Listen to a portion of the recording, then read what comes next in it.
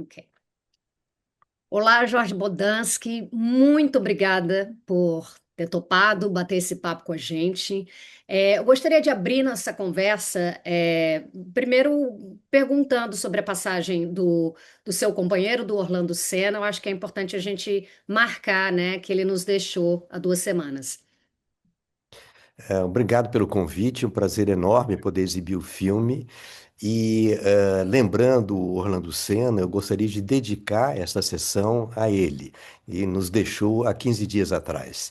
Foi um grande companheiro meu, muito importante nos meus primeiros trabalhos. Não fizemos só Iracema, fizemos também Jitirana, que é um filme feito nas mesmas estruturas do Iracema, só que no Nordeste. A vida continua, né? Estamos aqui muito, muito triste e ao mesmo tempo feliz de poder, 50 anos depois da realização desse trabalho, ele ainda ter essa importância, essa relevância para uma discussão sobre a Amazônia contemporânea. Obrigada.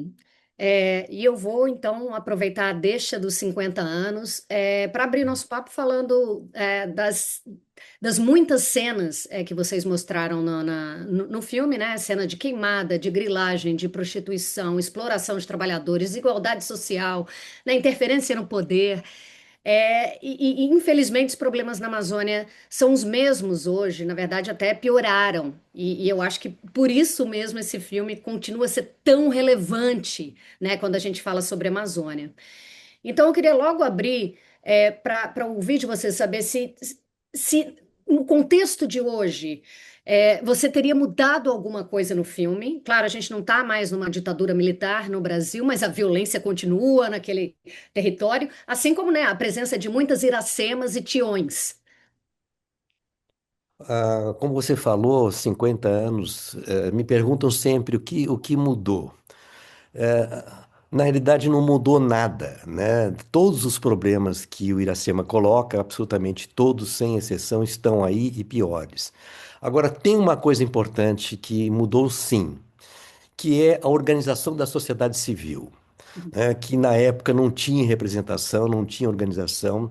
E hoje, em qualquer lugar que você vai na Amazônia, seja uma comunidade quilombola, ribeirinha ou indígena, ela está organizada, ela tem representatividade, ela sabe o que ela quer. Então, se eu fosse fazer o filme de novo hoje, eu começaria a partir das comunidades organizadas, da sociedade civil organizada. Então, o que que você mudaria? Qual seria o envolvimento deles? Porque hoje em dia a gente vê cinema da Amazônia feito por cineastas amazônidas e indígenas que já entenderam, né, a força política que tem um filme para a preservação da cultura deles, dos seus territórios. Então, assim, a pergunta que é meio uma provocação também para a gente pensar, uma reflexão, é quem deve contar a história da Amazônia hoje? Eu acho essa questão do lugar de fala, eu não concordo muito, não. Eu acho que todos têm o direito de falar, não é? Não só aqueles que estão lá, mas eu acho que hoje, devido primeiro à facilidade de comunicação, né? Hoje todo mundo tem celular, se comunica com o celular, tem suas redes sociais. Então, eles têm uma representatividade, eles sabem se expressar e sabem o que querem. Então, eu acho que o primeiro passo é ouvi-los, coisa que nunca aconteceu, né? Todos os projetos que foram realizados na Amazônia, praticamente sem exceção, vieram de fora para dentro, né? Nunca se ouviu as comunidades locais, nunca se deu voz a eles, né? Tudo bem, em tempos passados eles não tinham condições de fazer isso, mas hoje tem. Então, eu acho que a primeira coisa que se tem que fazer quando se vai fazer alguma coisa ou falar sobre a Amazônia é ouvi-los, né? Uhum. Então, eles, no seu papel, se fosse hoje fazer o Iracema, eles teriam um papel mais de consultoria ou eles estariam diretamente envolvidos na produção, decisões de montagem? Como é que você veria, assim, o papel deles, assim, no filme? Eu acho que o papel primeiro é dar voz, né? Então, ter o comentário deles, a visão deles nos problemas colocados. todos os problemas que estão no Iracema, eles têm uma opinião, né? Eles têm uma ideia de como enfrentar esses problemas, né? Então isso hoje é possível, na época não era, né? Os problemas eram apenas mostrados, mas as soluções estavam muito longe. Ela continua longe a solução, mas eu acho importantíssimo a coparticipação das comunidades que estão afetadas diretamente por esse problema.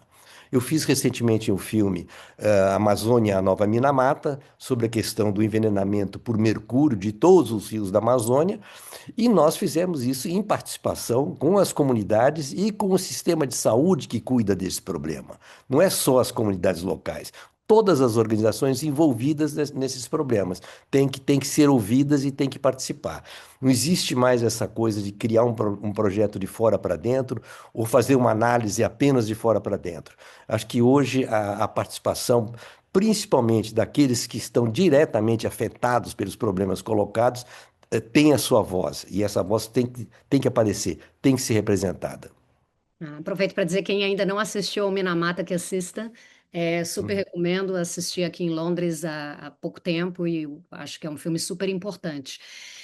Eu queria te falar assim que no filme trabalha muito a ideia de progresso, né? Do Brasil grande, tá? Inclusive no nome do Tião, né? Só que a gente ainda vê esse discurso político, especialmente na direita, no Brasil, por exemplo. Seus filmes, óbvios, são políticos, né? Você citou o caso do Minamata, que expõe justamente essa exploração ilegal do minério na Amazônia, inclusive no território Munduruku, né? Dos indígenas Munduruku.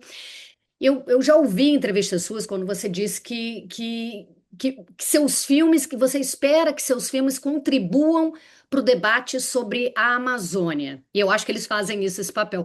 Mas eu queria entender, na sua opinião, por que essa ideia praticamente de colocar em duas caixas a ideia do progresso e da preservação ainda causa tanta divisão?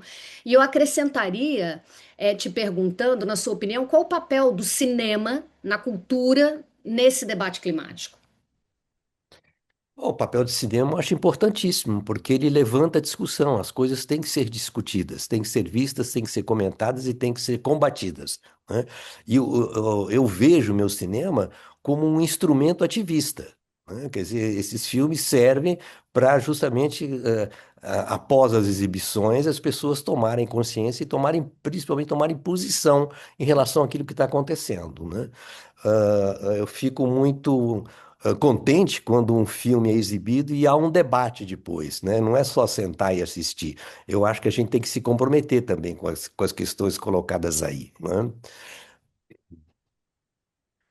Legal, e falando justamente sobre opinião, né? Hum, Você sabe, eu sou hum, jornalista também, a sua história é. passa pelo fotojornalismo, né? Lá quando eu tinha 20, 30 anos, quando começou a chegar ali na Amazônia. E somos, né, contadores de histórias, mas o documentarista ele deixa a sua marca no filme, né? A sua opinião, tá ali muito claro. Então, eu queria saber se existiu ou como foi o processo assim de descolar do jornalismo que busca a neutralidade, digamos, embora eu não acredite na neutralidade do jornalismo, porque sempre que a gente conta uma história, parte de um ponto de vista.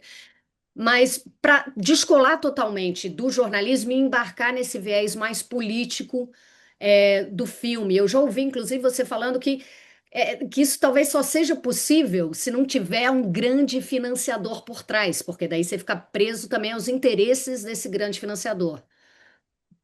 Não, essa pergunta é complexa, Uhum. mas é interessante, vendo hoje o filme, o Tião, ele é um bolsonarista. Total. Então você vê que isso já estava lá, estava sempre presente. Então não é uma novidade.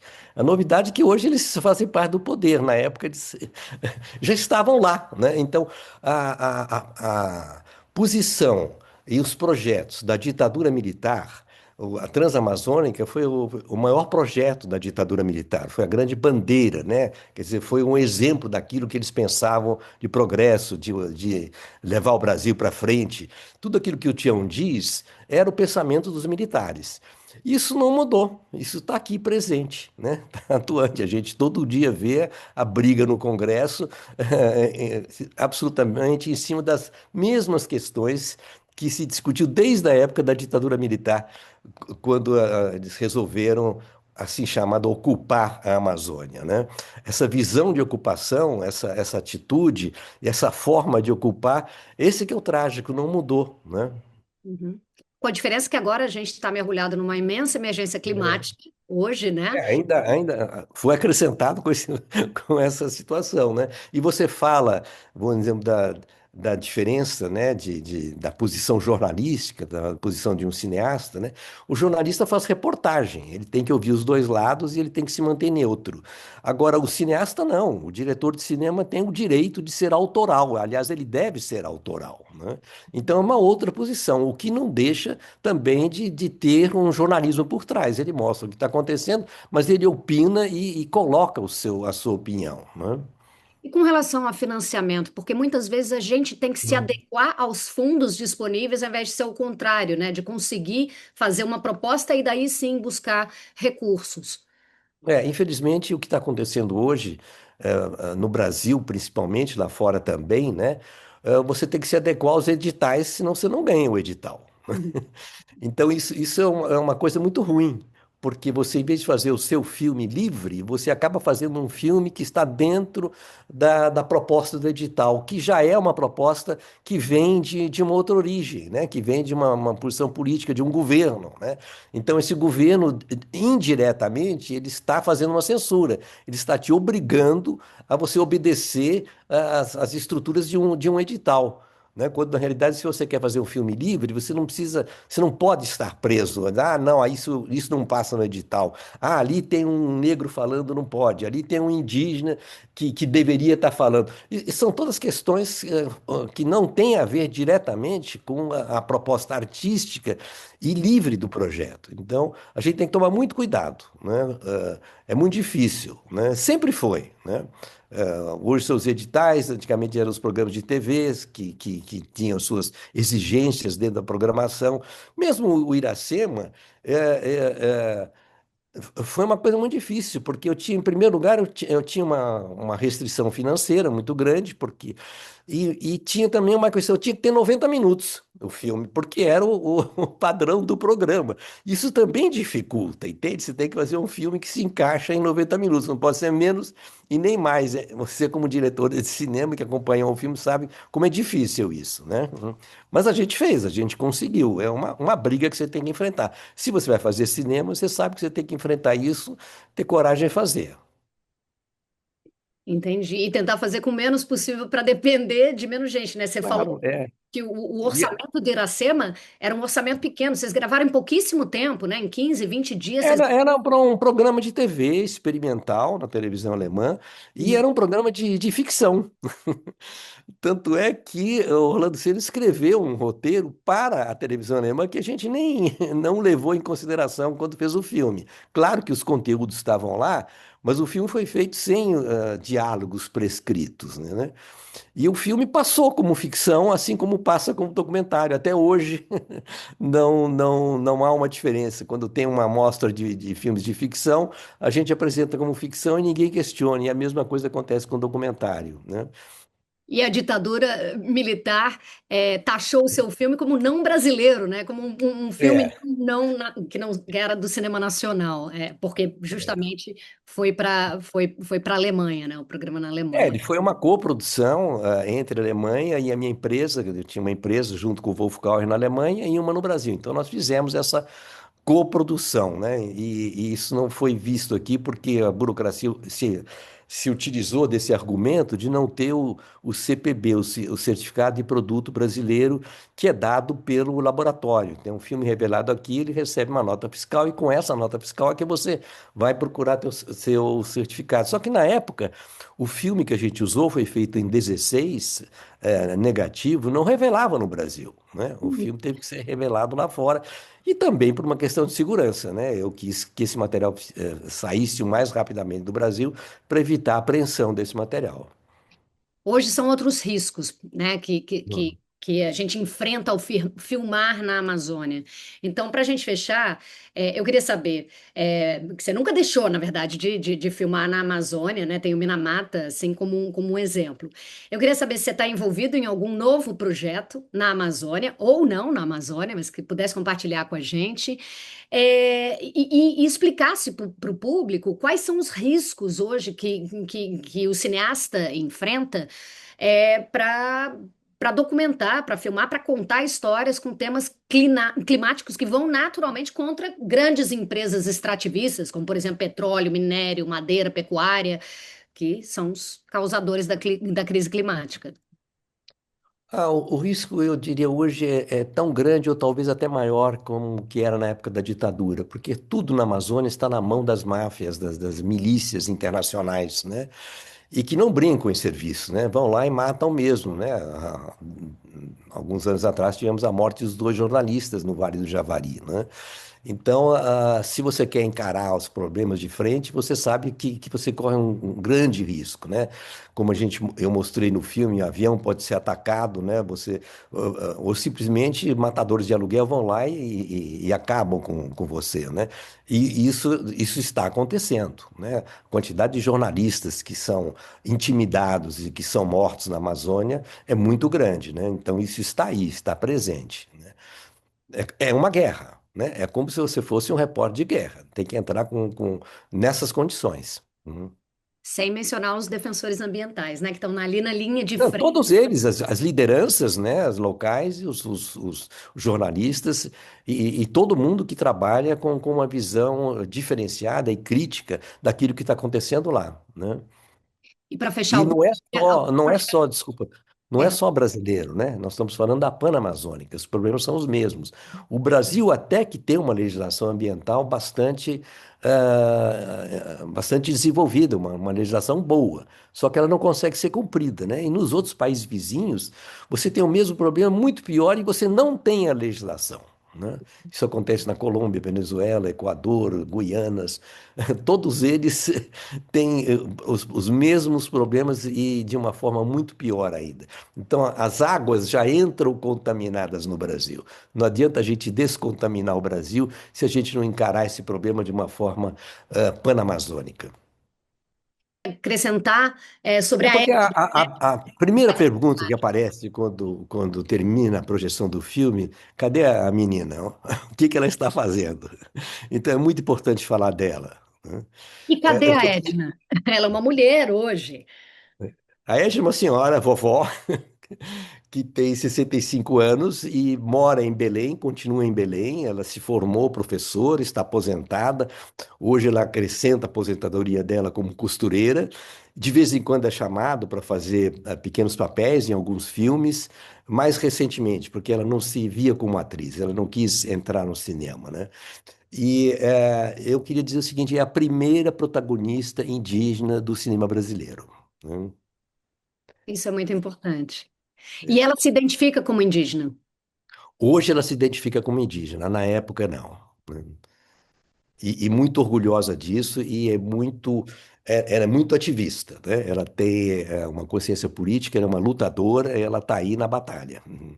Muito legal. Tenho certeza que o público também teria muitas perguntas para a Edna, sobre como foi, né, o processo dela participar do filme. Ela era muito menina, né? Era muito novinha, Tinha sem nenhuma 14 anos, né? experiência. 14 anos, imagina, sem nenhuma experiência, num papel que é um papel difícil, né? Um papel ali de violência contra o corpo dela, né? Numa situação de falta de oportunidade, né? Que é Mas é uma situação que ela conhecia da vida dela, porque ela vem da periferia de Belém, um ambiente meio muito simples, né? De onde saíram essas meninas que eram prostituídas na estrada, né?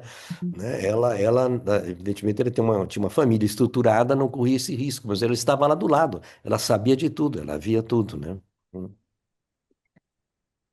Muito obrigada. Foi para Uhum. mim uma honra bater esse papo contigo. Espero que a gente tenha a oportunidade de se conhecer pessoalmente. Eu tenho certeza que o público que está nos assistindo também curtiu essa conversa. Obrigada. Então, obrigado, muito obrigado.